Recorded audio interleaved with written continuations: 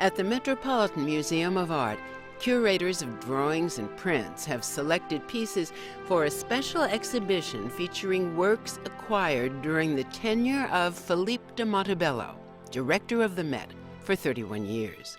Mr. de Montebello is departing to teach, write, and broadcast about the arts. The road from acquisition to exhibition is not always a direct one. How does one balance the importance and the evident beauty of the drawing with the questions of condition? Indeed, I think it is both one of the most important drawings bought during Philippe's long tenure as director, and at the same time, not being a restorer, I think I could fairly say one of the most challenging in terms of its condition. This is a double-sided drawing. This two-sided piece by Francesco Salviati was actually a working drawing called a cartoon. It's the same size as the fresco that resulted from it. Placed against a wet plaster wall, the artist outlined the drawing with a sharp tool, which caused creasing and tearing and staining. This is the condition of the drawing when it was, in fact, at the auction house.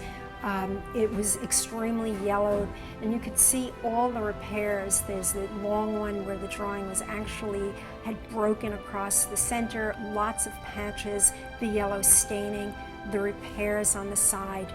And what was interesting in this case, the condition was the result of people trying to save it and preserve it. It wasn't because of adverse climate conditions. We had to balance the fact that it would never be in perfect condition with the importance and beauty and character of the drawing.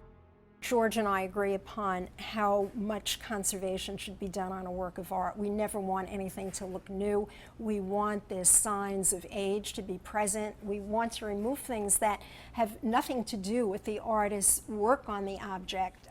This drawing by Bernard...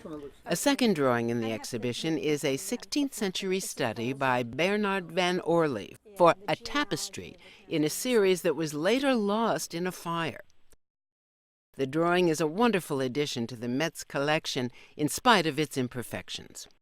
This drawing came up in 1995 at Sotheby's, and it was one of a pair of elaborate, complicated drawings for tapestries showing the princes of Nassau with their wives.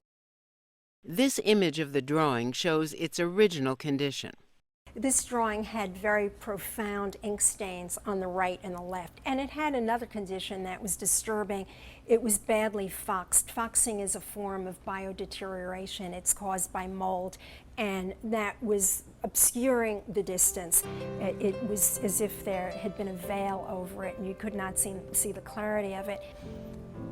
This is the Sherman Fairchild Center for Paper Conservation. Preserving and restoring precious works on paper is a painstaking job, facilitated at the Met by a director who was committed to making the museum's paper conservation lab one of the best and largest in the world. Yet even at top-notch facilities, there are no shortcuts.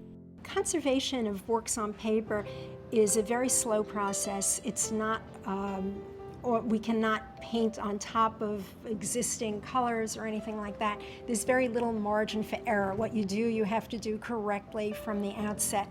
And it's often best not to keep very close track of the time.